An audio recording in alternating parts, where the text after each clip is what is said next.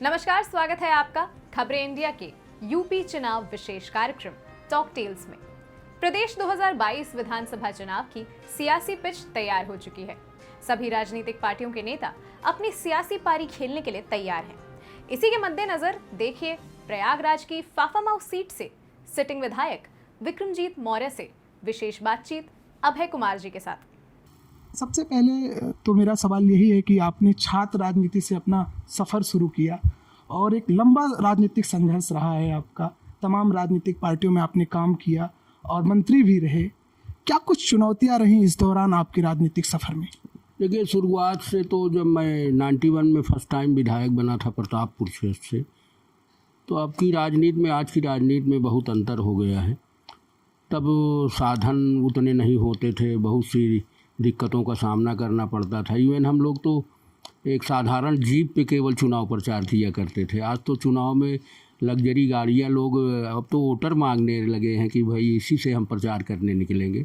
तो बहुत बड़ा अंतर है। तब सड़कों का दृष्टि से, बिजली की दृष्टि से, वाटर की दृष्टि से बहुत दिक्कतें थी, लेकिन आज तो सड़कें देखिए, शहरों जैसी स्थिति हो गई है। गाँव में भी बिजली 18 घंटे मिल रही है और पानी का सर्वे चल ही रहा है, हर घर को नल कर। तो बहुत सा अंतर हो गया है अब तो। और पब्लिक भी बहुत जागरूक हो गई है नेता के प्रति। हम लोगों से प्रश्न पूछते हैं, सब कुछ चाहते हैं कि हमने वोट दिया है तो काम भी करें, और हम उस दिशा में पहल भी करते हैं। बहुत से काम हुए हैं क्षेत्रों में, सड़कों की दृष्टि से, बिजली की दृष्टि से। हमारे यहाँ विधानसभा में सिंगवेरपुर धाम है, जहाँ बन के जाते समय रामचंद्र जी, सीता, लक्ष्मण सहित वहाँ रात रुके थे। उसका विकास भी बहुत ज़्यादा हुआ है। अभी तो वहाँ हम लोगों ने, डिप्टी सीएम केशव मौर्य जी ने ट्रेनिंग सेंटर लोक निर्माण विभाग का शिलान्यास किया है, और मैं समझता हूँ 15 नवंबर तक वहाँ पुल भी सिंगवेरपुर पर, जो राम वनगमन बनने जा रहा है, उस पर पुल का भी शिलान्यास होने जा रहा है। एक मिथक रहा है कि उत्तर प्रदेश की राजनीति में एक बार जो मुख्यमंत्री बन जाता है वो दूसरी बार लगातार नहीं बना है, और यही कुछ स्थिति आपकी क्षेत्र की रही है कि जब से उसका परिसीमन हुआ तब से कोई दोबारा लगातार 2 बार चुनकर नहीं आया, वहाँ से विधायक नहीं बना। तो क्या अब योगी जी कह रहे हैं कि इस बार जो है हम इस मिथक को तोड़ेंगे, फिर से मुख्यमंत्री जो है बनने जा रहे हैं? क्या आप भी इस मिथक को अपने क्षेत्र में तोड़ने वाले हैं, इतिहास बनाने वाले हैं? देखिए, मैं समझता हूँ भारतीय जनता पार्टी ने केंद्र में भी मिथक तोड़ा है, प्रदेश में भी तोड़ेगी, और योगी जी दोबारा मुख्यमंत्री बनेंगे, और ये फाफामऊ में भी रिपीट होने जा रहा। सर, अगर आपको दोबारा मौका देती है पार्टी, तो आप 4.5 साल लगभग हो गए हैं कार्यकाल आपके, तो क्या बड़े काम रहे जो आपने किए, जिनको लेकर आप जनता के बीच में जाएंगे? और आने वाले समय में आपके क्षेत्र में कौन से काम हैं जो रह गए, उन्हें आप पूरा करेंगे? देखिए, एक तो मैंने बताया ना, सिंगवेरपुर धाम का एक ऐतिहासिक स्थल है, पर्यटन की दृष्टि से उसे विकसित किया जा रहा है। बहुत सी योजनाएं वहां आ रही हैं, और मैं समझता हूं अरबों की योजनाएं आई हैं। पुल बहुत बड़ी चीज़ है, वहां राम वनगमन पथ का निर्माण होने जा रहा है, वहां पर बहुत बड़ा पुल बनेगा। पर्यटक आवास बनवा दिया गया है, सौदागरी का पैसा स्वीकृत हो गया, ज़मीन दे दी गई है। इवन आप देखिए 4 लेन, ये 6 लेन पुल मलाका में बन रहा है, 3 साल के अंदर बन करके तैयार हो जाएगा। ये 2000 करोड़ रुपए का है। आउटर रिंग रोड कौड़िहार से कुरेसर घाट के लिए बनने जा रही है। कुरेसर घाट पर भी पुल बनेगा, जो कौशाम्बी जनपद को टच करेगा, वहाँ से निकल करके, उसका भी सर्वे चल रहा है। और आप देखिए, ये मेरठ से और ये प्रयागराज गंगा एक्सप्रेसवे का भी हमारे क्षेत्र से ही सर्वे चल रहा है, हो गया है, और पूरा मुआवजे की तैयारी चल रही है। इवन ये जो ट्रेन का, बुलेट ट्रेन का भी सर्वे हमारे क्षेत्र से, बहुत बड़े बड़े काम हुए हैं। सड़कों की से पानी, बिजली का कायाकल्प होने जा रहा है एकदम। समझ लीजिए हर जगह ये जो जर्जर तार थे वो सब निकाल करके, और अब सब तो केबल का काम शुरू हो गया है एकदम। बहुत बड़े काम हैं जो किए जा रहे हैं, और जनता उसकी चर्चा भी कर रही है कि इतनी सड़कें, इस तरह की बिजली कभी नहीं मिली। आगे आने वाले दिनों में जनता ने अवसर दिया तो हम नौजवानों पे काम करेंगे। नौजवान बेरोज़गार रहे काफ़ी, और उसको हमारे यहाँ उद्योग नहीं है, तो उद्योग की दृष्टि से भी फाफामऊ और गंगा पार को विकसित करने का काम करेंगे, जिससे नौजवान। आपके क्षेत्र की शिक्षा की अगर मैं बात करूं, तो अगर लिटरेसी रेट देखा जाए तो 60% से भी कम है टोटल। अगर फीमेल का देखा जाए तो वो 50% से भी कम है। इसका मतलब है कि एजुकेशन सिस्टम पे भी काम करने की आवश्यकता है। तो आपने क्या सोचा है, आगे क्या करने वाले हैं? देखिए, हमारे यहाँ अभी हमने एक डिग्री कॉलेज स्वीकृत कराया था, लेकिन उस पर स्टे लग गया। सिंगवेरपुर में लोगों ने स्टे करा दिया। इवन हम स्टेडियम पे ज़मीन तलाश रहे हैं, नया स्टेडियम, बहुत बड़ा स्टेडियम बनाने पर विचार डिप्टी सीएम साहब से भी बात हुई है, मुख्यमंत्री जी से भी बात हुई है। उस दिशा में हम लोगों ने डीएम और एसडीएम से कह भी दिया है। और हमारे पास गैरा उमरिया में लगभग 200 बीघे ज़मीन गांव सभा की है, उस पर फोकस चल रहा है। और हमें समझते हैं कि हम लोग जल्दी ही इस पर सर्किट हाउस में डिप्टी सीएम साहब आएंगे, चर्चा करके, और उस पर स्टेडियम, बहुत बड़ा स्टेडियम गांव को देने का काम करेंगे। वो हॉस्टल की तरह होगा। कल मैं अभी कस्तूरबा गांधी विद्यालय में गया था, जहां बालिकाएं, गरीब बालिकाएं पढ़ती हैं, उनके बीच में रहा काफ़ी देर, वहां की ज़रूरतें समझा। तो उस दिशा में भी सिंगवेरपुर में भी ब्लॉक नया बना है, तो वहाँ पर भी एक कस्तूरबा गांधी विद्यालय बच्चियों के लिए खोलने पर विचार चल रहा है। ऐसी बहुत सी योजनाएं चल रही हैं। शिक्षा की दृष्टि से निश्चित तौर से बहुत जागरूक हुए हैं। अभी तो देखिए, हम लोग कार्यक्रमों में जाते हैं, महिला समूह की महिलाएं हजारों हजार की संख्या में आ रही और भाषण कर रही। ये बहुत बड़ी जागरूकता है। सर, विपक्ष लगातार आरोप लगाता रहता है कि कहीं ना कहीं भारतीय जनता पार्टी जो है वो भेदभाव की राजनीति करती है, बदले की राजनीति करती है।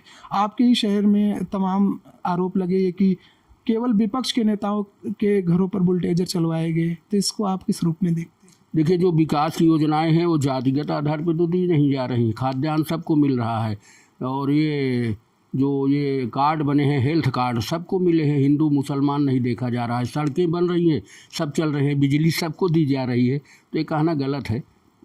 ओवैसी साहब भी आ गए हैं यूपी की राजनीति में। वो कह रहे हैं कि मुसलमानों के साथ सबसे ज़्यादा भेदभाव हुआ, वो योजनाओं का लाभ उनको 1% भी नहीं मिला। मैं समझता हूँ अगर उनका ये कहना गलत है। सारी योजनाएं सबके लिए है। यहाँ भारतीय जनता पार्टी सबका साथ, सबका विकास, सबके प्रयास पे काम कर रही है ना।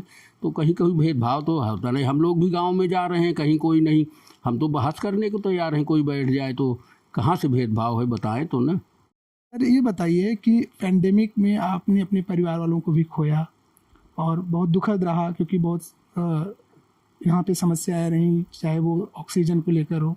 तो आपने अपने क्षेत्र में कैसे लोगों को जागरूक किया, कैसे टैकल किया? देखिए, एक तो निश्चित तौर पे फर्स्ट राउंड में तो वेव कम हुआ था, लेकिन सेकंड लहर जो थी महामारी की, उसमें हम लोगों ने अपने लोगों को बहुत खो दिया। और ये हम आज स्वीकार कर सकते हैं कि एकाएक लहर इतनी तेज़ थी कि हम बहुत से लोगों को जो ऑक्सीजन की डिमांड कर रहे थे, हम लोगों के पास 12 बजे 1 बजे रात फ़ोन आते थे। तो किन्हीं कारणों से हम लोग ऑक्सीजन नहीं दे पाए। बहुत से लोगों की सुविधाएं दी है, हमने इंजेक्शन भी दिलवाया, ऑक्सीजन भी दिलवाया, लेकिन बहुत से लोगों को नहीं दे पाए। लेकिन आज हम हर तरह से तैयार हैं, हमारी सरकार तैयार है। हमने ऑक्सीजन प्लांट के लिए अपने CSC कौड़ियार को लिखा है, लेकिन अभी बैठक हुई थी DM के यहाँ, तो उसमें ऑक्सीजन प्लांट लगभग 7 तैयार हो चुके हैं यहाँ पर, और अभी ज़रूरत नहीं महसूस की जा रही। चूँकि ऑक्सीजन प्लांट बहुत ज़्यादा हो जाएंगे तो उनके रख रखाव में भी प्रॉब्लम आएगी। इसलिए हम लोग जो पैसा लिखे हैं उस पर रुका हुआ है। आगे आने वाले दिनों में हम पूरी तरह तैयार हैं। वैक्सीन व्यापक पैमाने पे गांव-गांव कैंप लगाकर किया जा रहा है। अब लोग भी अब जागरूक हो गए हैं। देखिए, अब तो पहले टीका लगवाते नहीं थे, लेकिन अब लोग वैक्सीन लगाने के लिए मारामारी कर रहे हैं। आप सपा में भी रहे, और क्या ऐसा कारण रहा कि सपा से आपका मोह भंग हो गया? देखिए, सपा की राजनीति में शुरुआत में हम लोगों की राजनीति जब छात्र जीवन से शुरू किए तो एक्चुअली हम लोग लोकदल से निकले हैं, BKD से निकले। वहाँ से होते हुए फिर रामपूजन पटेल जी से हम लोगों का साथ हुआ, वो हमारे नेता रहे। उनके द्वारा ही हमें विधायक बनाया गया। जो कुछ भी, मैं तो टिकट 91 में मांगा भी नहीं था। आदरणीय स्वर्गीय रामपूजन पटेल जी ने घर से बुला के टिकट दिया। फिर उन्हीं के साथ मैं राजनीति करता रहा।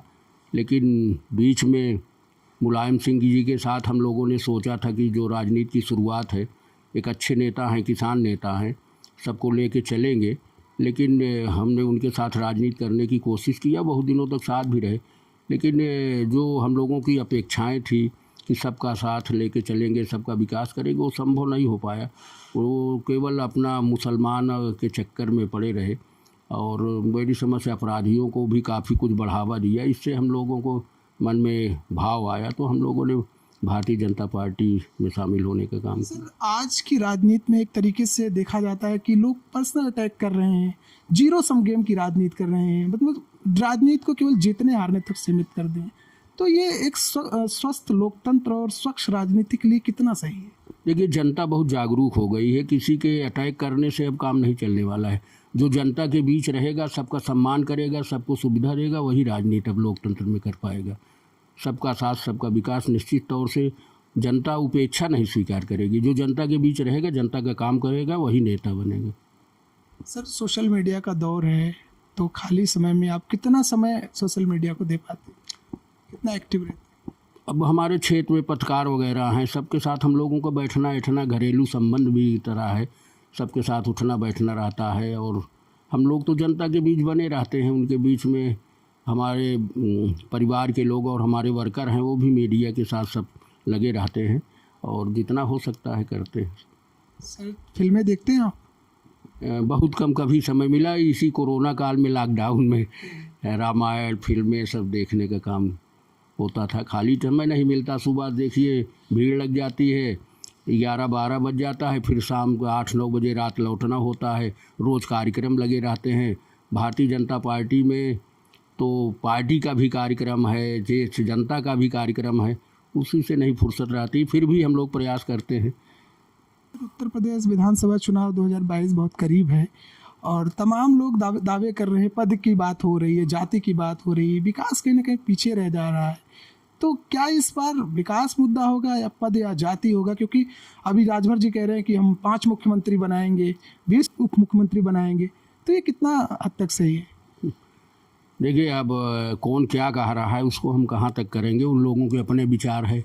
लेकिन अब किसी के कहने से जनता हम मानने वाली नहीं है। जनता जागरूक है।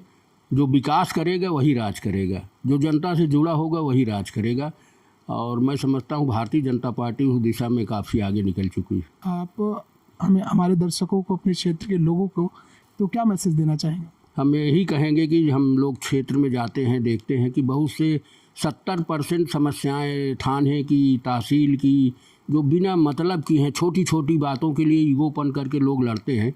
वो छोटी बातों के लिए लड़ना बंद करें, आपस में एकता बना के रहें, भाईचारा बनाए रखें और निश्चित तौर से हम लोगों का जो विकास का काम है उसे हम करते रहेंगे। उससे हम लोगों को समझाते भी हैं कि गांव में एकता की ज़रूरत है। छोटी छोटी बातों को वो लोग एकता बनाएं, आगे बढ़ें। हम लोग पूरी तरह उनके साथ हैं और उनके विकास में जो भी बाधा होगी उसे दूर करने का काम करेंगे।